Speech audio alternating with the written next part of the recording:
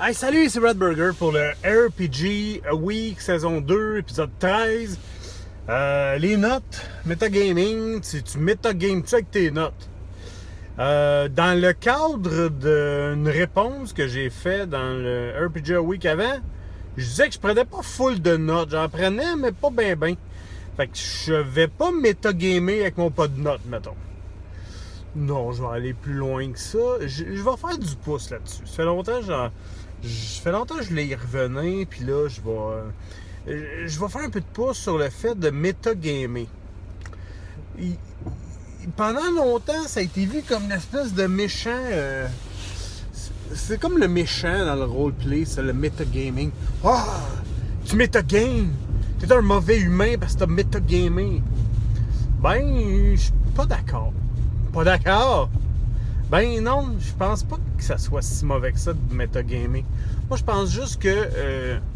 non, tu peux metagamer en cave, ça c'est une autre affaire, là. Dans le genre, tu metagames, puis tu fais assemblant de savoir des choses que tu ne sais pas pour en donner avantage à ton personnage. Oui, ça c'est du metagaming.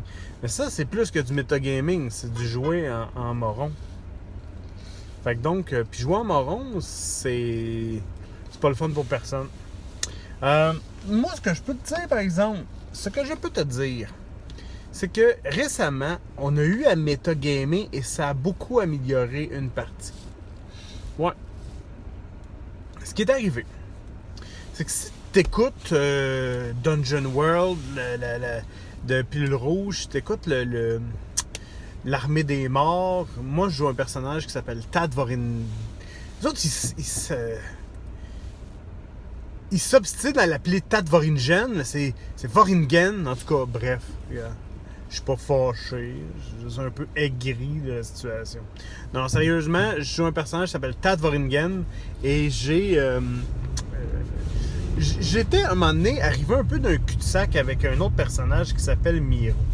La façon que c'est arrivé, c'est que Miro est rentré dans la partie. Il est rentré dans la partie un peu comme une tonne de briques, si on veut. Et il voulait nous forcer à faire des affaires, à sortir de notre. Ça a comme pas bien parti. Puis je sais, et puis pour en avoir parlé, je sais ce qu'il voulait faire. Je sais comment il l'a dit. Il m'a dit, moi, je veux que. Tu sais, je voulais te forcer à adopter une autre attitude, puis tout ça, parce que Tad était. Tu sais, Tad, c'est un personnage qui est très autoritaire, qui est très imbu, que... bon, c'est ça. Puis, ben, quand il est arrivé de même, ben, il m'a comme... Oui, il s'est braqué. Puis je te dirais que ce qui est arrivé, c'est que les deux, on s'est un peu braqués face à nos roleplays.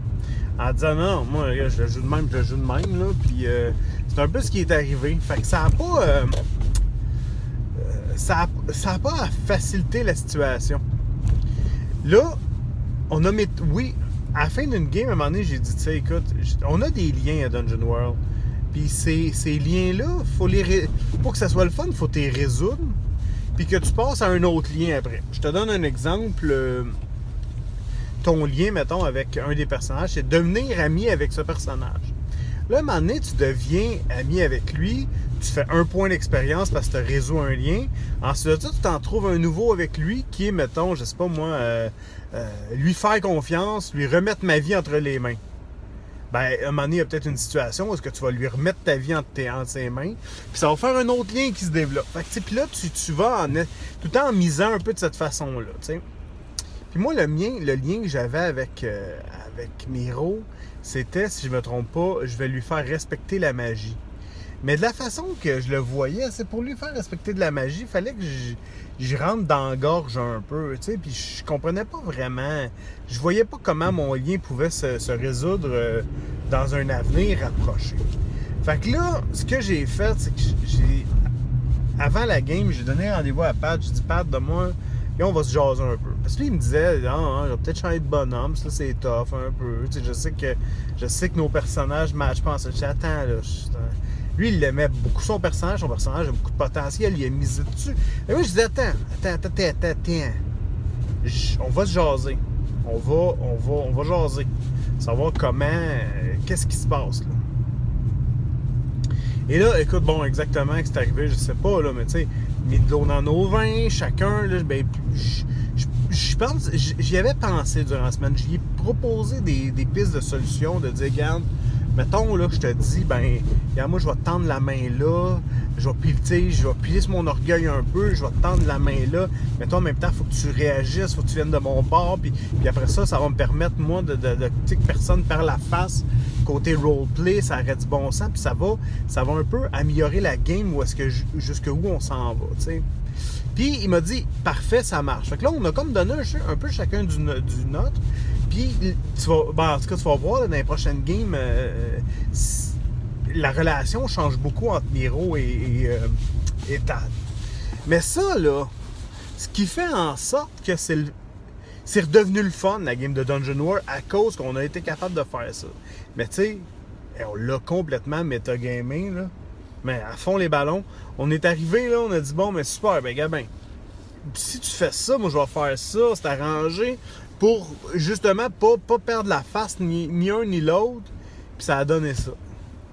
Puis finalement, ça a marché. Mais ça a été basé sur le fait qu'on se parle. Mais toujours dans l'état de dire, ça dépend dans quelle position tu te places. Tu sais, nous autres, on se place dans une position de gens qui veulent avoir une bonne histoire.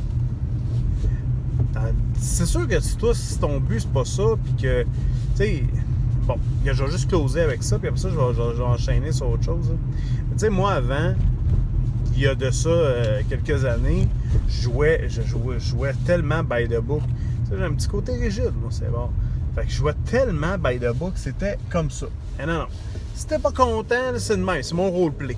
J'ai un chum qui joue de même encore, puis tu sais, des fois, là, il est tellement rigide. Non, mon bonhomme est de même, il est de même, c'est tout.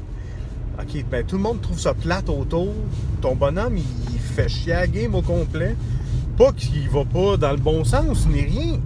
Mais il fait juste faire en sorte, par son attitude, il fait chier tous les autres bonhommes. Ouais, ben c'est mon roleplay. Ouais, c'est un roleplay de merde. Tu sais, c'était un peu ça. Tu sais, je comprends qu'il faut à un moment donné être honnête avec ton personnage, mais faut aussi être capable de dire... faut aussi être en mesure de juste comprendre quand c'est le fun, quand c'est pas le fun, tu sais. En tout cas. Fait que nous autres, on a metagamé, là. Avant, pour revenir au sujet, avant, j'étais hyper rigide. Non, tu metagames pas, il n'y a aucun metagaming. Tout ce que tu le fais dans le game. Hey, aujourd'hui, je m'en calisse. Tu que t'ailles acheter des arcs. T'ailles acheter, mettons, des flèches. Sérieux, là, on va pas le roleplay. Non. T'en veux des arcs ou des flèches, t'en trouves. Oh, pas de trouble. Prends le prix qui est écrit dans le livre. Bon, il n'y a pas d'enjeu à jouer ça. S'il y en a un, on va le faire. S'il n'y en a pas, on le jouera pas. Pas besoin. Je vais passer du temps à jouer quelque chose qui est le fun. Pas ouais, salut, ouais, tu venais, ok, ben attends, c'est pour 20 flèches, on va t'inquiéter. Super. Ok, une super de 20 minutes de ma vie, moi, à dealer des flèches avec toi. Puis si t'es dans une ville où c'est moins cher ou qu'il veut dealer, parfait, il fait son deal, super. Bon, ben là, tu fais le deal, ces flèches, ça finit là. Tu commenceras pas, non, moi le roleplay de jouer des... Je vais m'acheter un sac à couchage, ok, bon, super. Mais tu sais, le metagaming, c'est un peu ça, tu sais, c'est à un moment donné. Puis pourquoi faut se casser tellement le basic en de savoir, tu sais? S'il ne sait pas ton personnage, il n'y a aucune raison de le savoir. Bon, ben, tu sais, il n'y a aucune raison de le savoir, ça finit là. S'il le sait, il fait ce qu'il veut. Regarde, un autre game aussi, à un moment donné, où oui, j'ai metagaming, mais je ne l'ai pas vraiment metagamé parce que j'étais capable de l'expliquer dans le jeu. Mais ça, tu sais, on joue à masque. Il y a un personnage qui s'appelle... il y a un personnage qui s'appelle... je me souviens plus de son nom. Le masque. C'est ça? Vous voyez ça, c'est son... le crâne. Le crâne, il est... écoute, c'est un peu... Puis là, c'est ça. Ça fuck la patente. Parce que lui, c'est un peu comme un Spider-Man, OK?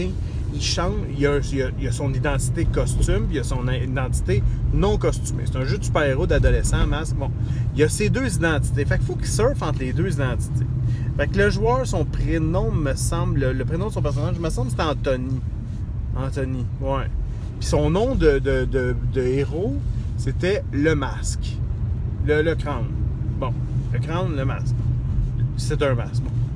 Et là, dans le game, à un moment donné, on était tout le temps tout fourré.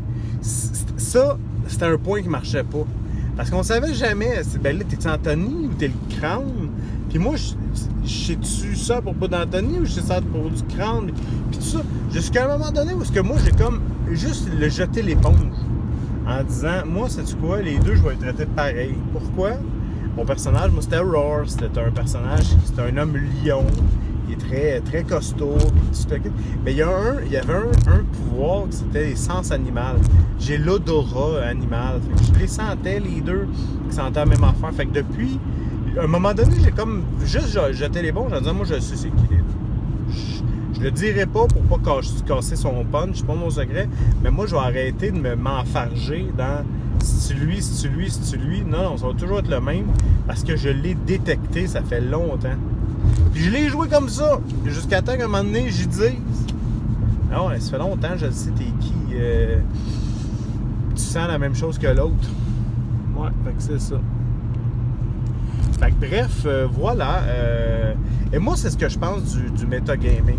Je pense que le metagaming, ça. Puis tu sais, on s'entend, là, du metagaming, il y en a plein dans les jeux. Un autre exemple du metagaming, tu sais, mettons. Juste s'organiser au début de la game. Juste s'organiser au début de la game, se parler, qu'est-ce qu'on a envie, pousser le jeu dans une direction. On va metagamer, on laissera pas ça aller n'importe où. Ton personnage qui soit arrangé déjà au début d'une partie pour être mis ensemble, mais c'est du stock qu'on gamera pas. Fait que tu sais, on l'a organisé hors jeu. Je pense que tout ça, moi, le metagaming, je trouve que c'est très, très, très positif de le faire de la bonne façon. Faut que tu le fasses de la bonne façon, par exemple.